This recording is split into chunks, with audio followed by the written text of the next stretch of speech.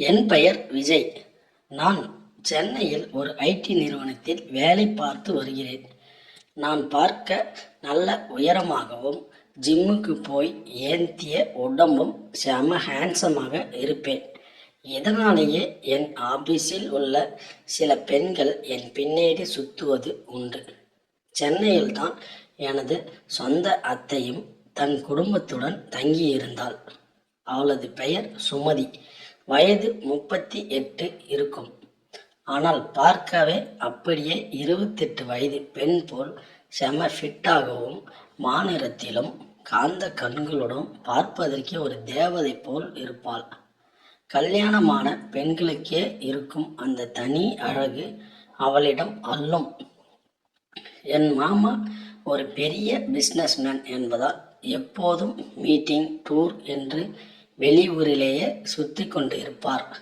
அத்தை அவர் சரியாக கவனிப்பதே இல்லை. இதனால் அத்தைக்குள்ள ஒரு பெரிய தனிமையையும் ஏகப்பட்ட ஏமாற்றங்களும் இருந்து வந்தது. அன்று ஒரு நாள் சனிக்கிழமை. மாமா வழக்கம் போல் பிஸ்னஸ் விஷயமாக ஹைதராபாத் சென்றிருந்தார்.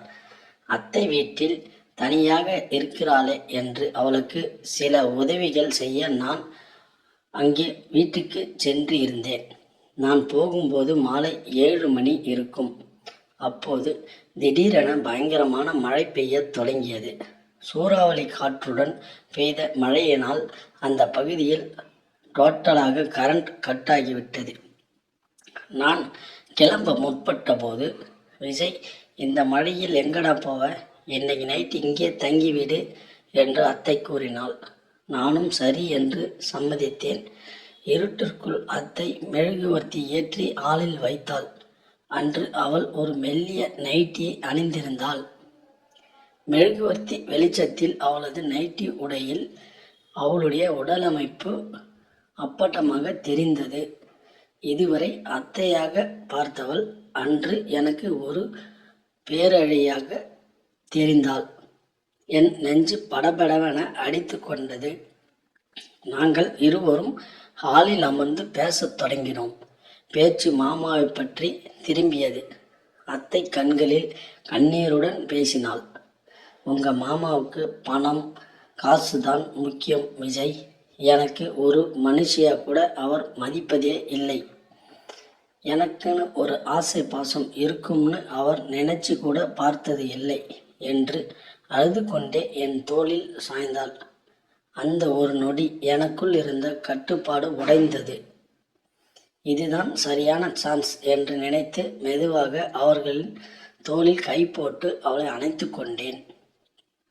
என் கைப்பட்டதும் அத்தையின் உடல் லேசாக சிலிர்த்தது.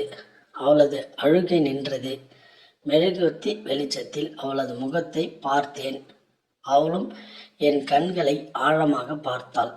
வருத்தப்படாதீங்க, உங்களுக்கு ஆறுதலாக இருக்க இனி நான் இருக்கேன் என்று கூறி அவளது கைகளை மெதுவாக வருடினேன். அவள் அதை தடுத்திருக்கலாம். ஆனால் அவளது தனிமை என் தொடுதலை ரசிக்கத் தொடங்கியது. மெதுவாக அவளை என்னோடு இன்னும் நெருக்கமாக இழுத்து அணைத்து கொண்டேன். அவளும் எனக்கு ஈடு கொடுத்து என் நெஞ்சோடு சாய்ந்து கொண்டாள். அன்று இரவு விடிய விடிய நாங்கள் தூங்கவே இல்லை. மாமாவால் அவளுக்கு கிடைக்காத அந்த அன்பையும் அரவணைப்பையும் நான் அவளுக்கு அள்ளி கொடுத்து விட்டேன். விடிய விடிய அவளது அழகை நான் முழுமையாக ரசித்து அவளது தனிமையை போக்கினேன். அவள் காதருகில் நான் பேசிய ஒவ்வொரு வார்த்தையையும் அவளை சொர்க்கத்திற்கே கூட்டிச் சென்று விட்டது. பிறகு என்ன நடந்தது? மறுநாள் காலை விடிந்தது. ஜன்னல் வழியாக சூரிய வெளிச்சம் அவளது முகத்தில் பட்டபோது அத்தை முகத்தில் இதுவரை இல்லாத ஒரு புது பொலிவும் சந்தோஷமும் தெரிந்தது.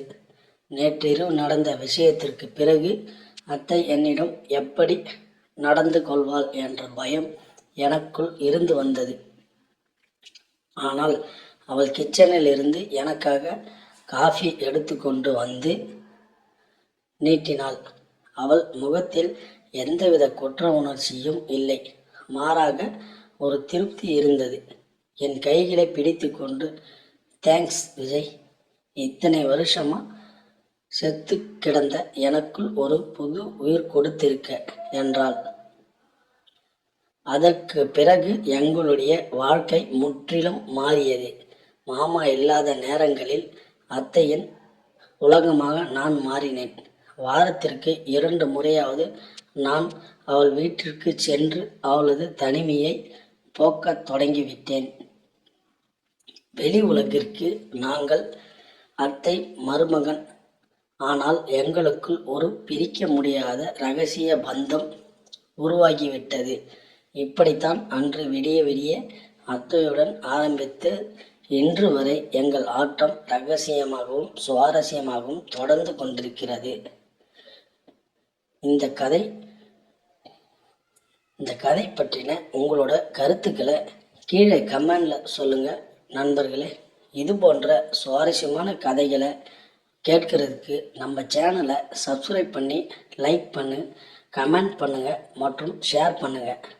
அடுத்தது இது போன்ற ஒரு சுவாரஸ்யமான அருமையான கதையோடு உங்களை சந்தித்து வருகிறேன்.